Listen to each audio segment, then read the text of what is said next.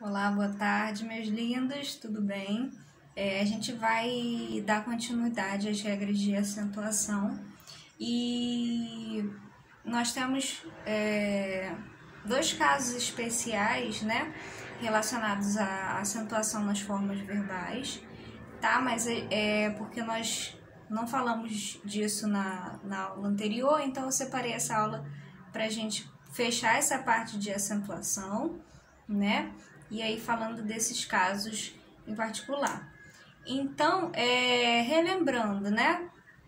Quanto à acentuação, as regras de acentuação, né? As principais regras de acentuação que vimos até então, né? Primeiro, relembrando, né? Todas as proparoxítonas são acentuadas.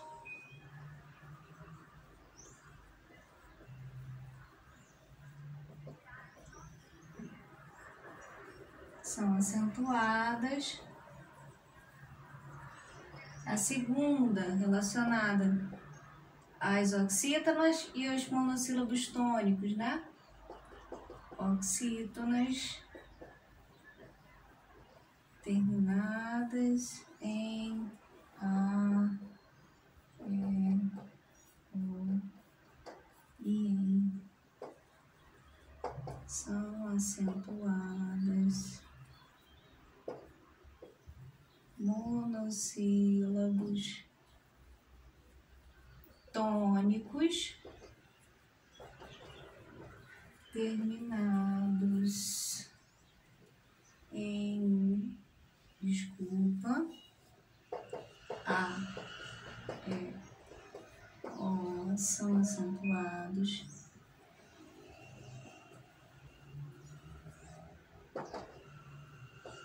Três, todas as paroxítonas que terminarem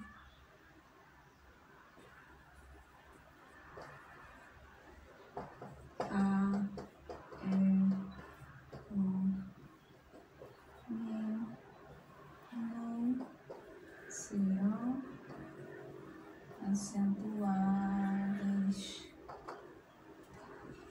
Principais regras de acentuação, e aí a gente tem, né, os demais casos que são relacionados aos ditongos e hiatos, né? Podemos dizer que I e U, quando formam hiato com a vogal anterior,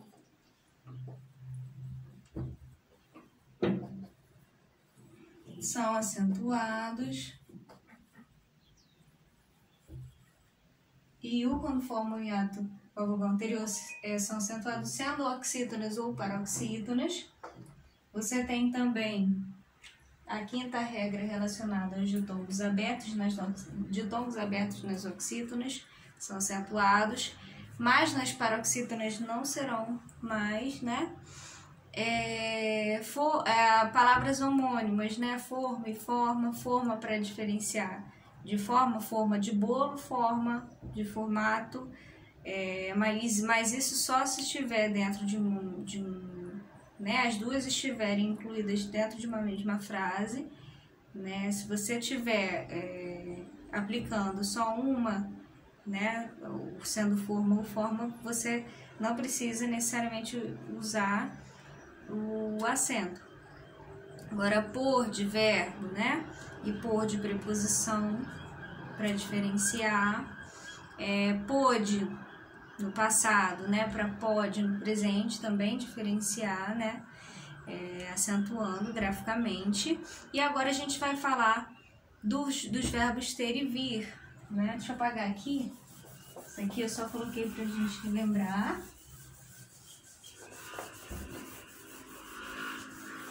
Dos verbos ter e vir.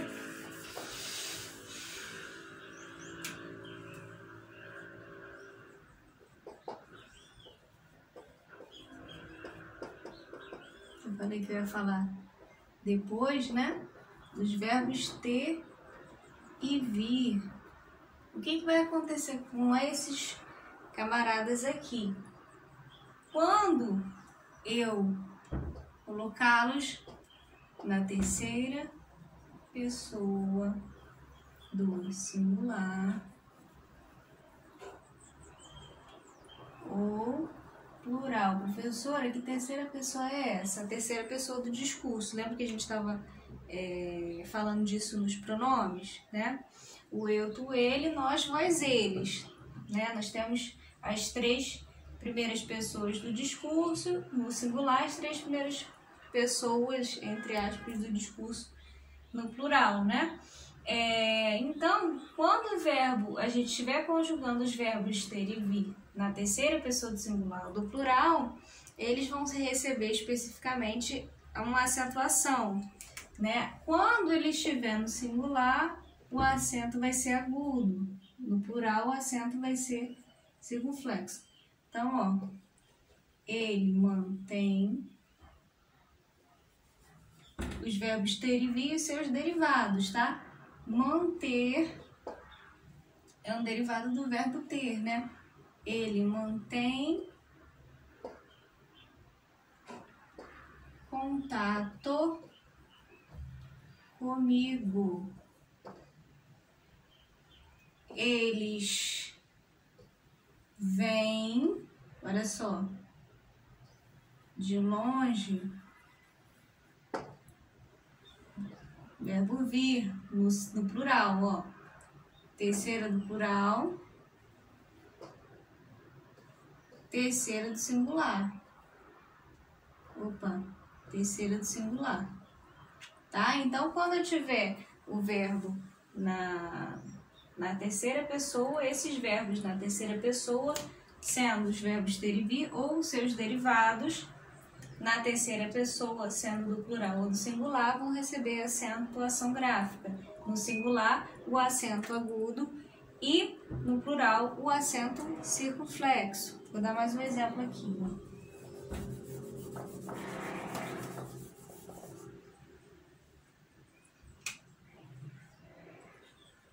Esta receita contém, ó,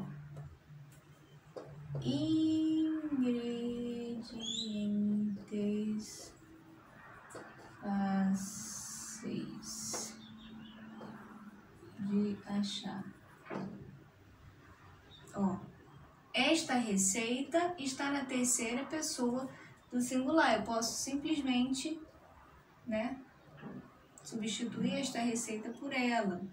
Terceira pessoa do singular. Verbo ter, derivado do verbo ter, conter, né? Contém, né? Ingredientes fáceis de achar. Ela contém, singular, acento. Mas mesmo assim, você pode perceber que esses, né, derivados, né, eles são oxítonas terminadas em "em". Então, você pode usar aquela regra da oxítona também, né?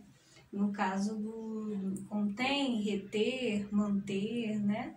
Você pode acrescentar e aplicar a segunda regra de acentuação também, né?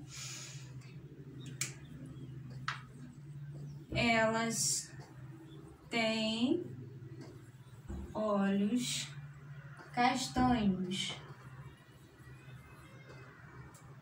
Ah, professora, aqui é o verbo ter, né? O verbo ter está na terceira do plural, ó. Terceira do plural. Então, eu tenho que acentuar graficamente essa forma verbal. Ok? Beleza? Então, vamos para a segunda regra relacionada às formas verbais. Quando eu tenho um verbo acompanhado do pronome oblíquo em situação enclítica, ó, verbos terminados em AR, R, IOR, mais os pronomes oblíquos lo, lá, luz e lás. Aqui o que acontece, né? Você tem formas verbais terminadas em AR, R ou R. Lembrando que eu não estou incluindo o IR aqui, né? Depois eu vou explicar. Mas os pronomes oblíquos lo, lá, luz, lás. Então eu tenho, né? Por exemplo,